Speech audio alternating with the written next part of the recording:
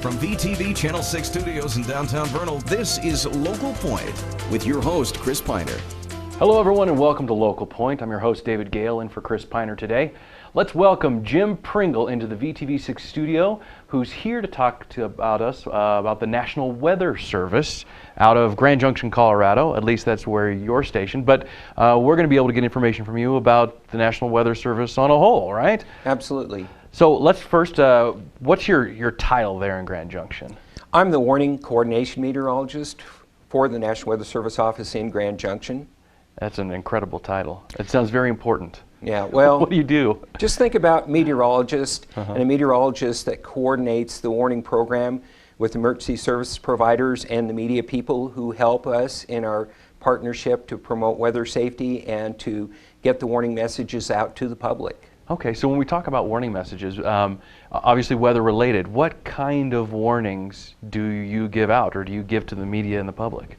Well, the National Weather Service has been assigned by Congress to be the only organization in the United States to issue any type of weather warning, and that can be winter storm warnings, flash flood warnings, tornado warnings, hurricane warnings, any type of weather or weather-related warning. So anytime that we hear on the radio or we see on the TV a thing that says severe storm warning or severe watch, that is originated from you guys? It is. Specifically you?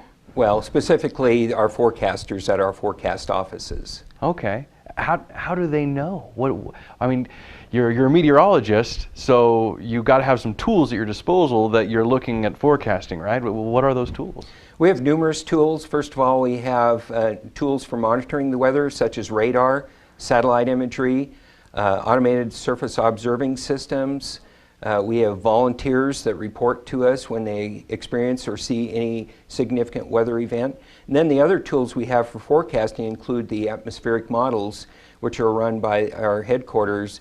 And we have several different atmospheric models, and we choose which ones we think is showing what we think is most likely to occur over an area, not only today, but 7 days into the future. Sure. So it seems like you've got a lot. I've got, in my mind, what I see is you sitting in front of a computer all day long watching stuff happening. I mean, is there usually like somebody watching something somewhere all the time? 24/7, holidays, all the time. We have people, forecasters, working at our forecast offices, continuously monitoring the weather and continuously updating the forecasts. So let's say that they see something. What steps do they have to go to, and how much time does it take from the time that you notice that there's something that we need to let the public know to the moment that the public actually knows? Well, for example, short fused warnings such as tornado warnings, flash flood warnings, and severe thunderstorm warnings, we have the capability now of starting up the program for generating that product and then having that product issued and actually activating the EAS system with the local media here, as well as setting off the alarms for no weather radio and activating wireless emergency alerts on people's cell phones within 30 to 60 seconds if we wanted to. That's incredible. Yeah.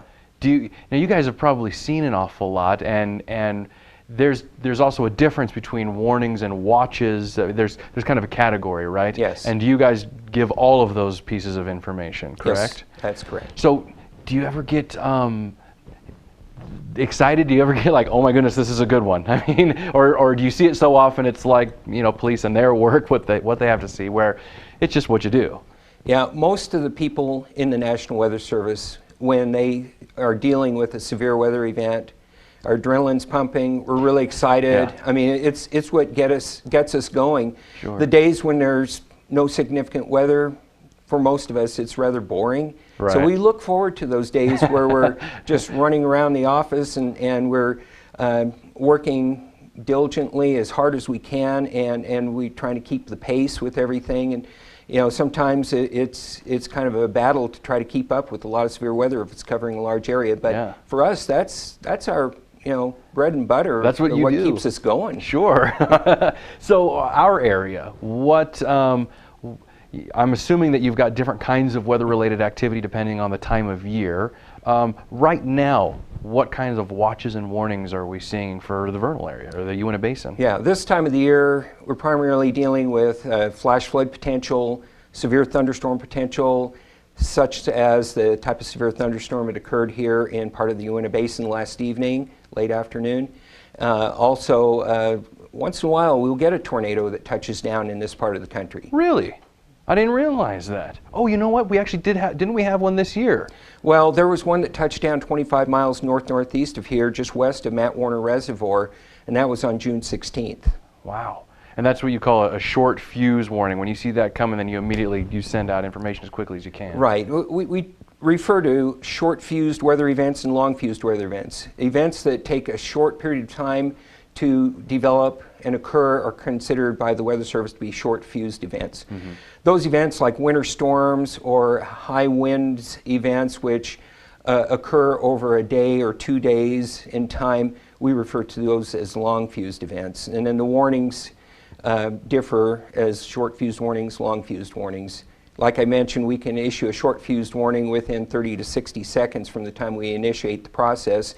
Whereas the long-fused warning, we got more time to deal with it and put more information into the product before we issue it to the public. Yeah, because I'm sure that having misinformation is probably almost as bad as having no information. We try to avoid that. Yeah, I guess. Okay, we've got a lot more to talk about. I'm really excited about today's show. So after the break, we'll be discussing more about the National Weather Service. Stay tuned, we'll be right back.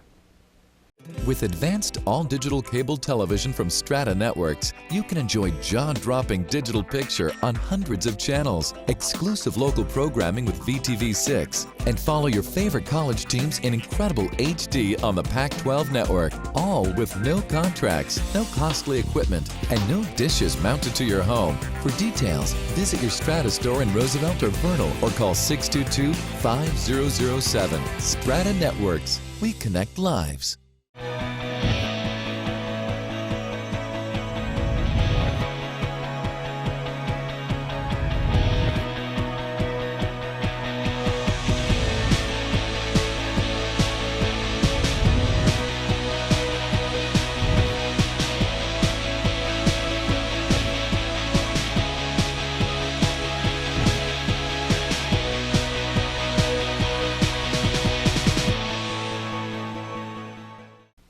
Hello and welcome back to Local Point.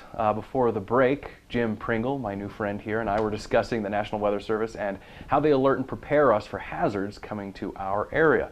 Welcome back, Jim. I wanted to take a step back and maybe talk about just the organization and how of the National Weather Service and how it fits into other governmental organizations. So when it comes to how you're funded and who's your parent company, who's in charge of all of this, right? Sure. Yeah, the National Weather Service is a division of NOAA, which is an agency within the Department of Commerce. Okay, and that's the National Oceanic and Atmospheric Administration? Yes. Yes, okay. That is correct. So they are the primary arm of weather-related stuff, or even more so than that then. Yeah, well, the National Weather Service is underneath NOAA. NOAA is the parent agency, and we have to go through NOAA to get approval to do certain things, and of course budgets that are approved have to go through NOAA and so forth. Are there any child agencies of the National Weather Service? Do you have any that report to you? Well, the National Weather Service is an individual agency. We don't have any sub-agencies unless you consider that we have different branches within our own agency. Within the National Weather Service, we have our forecast offices. There's 122 forecast offices throughout the United States, including Alaska, Guam, Puerto Rico, and Hawaii. We have the Climate Prediction Center branch of the National Weather Service. They make outlooks on the climate for the next 12 months or longer. And then we have the National Hurricane Center. We have the Storm Prediction Center. The Storm Prediction Center, they're involved with these short-fused weather events like tornado watches, severe thunderstorm watches, and even the fire weather program, they're getting involved with that as well.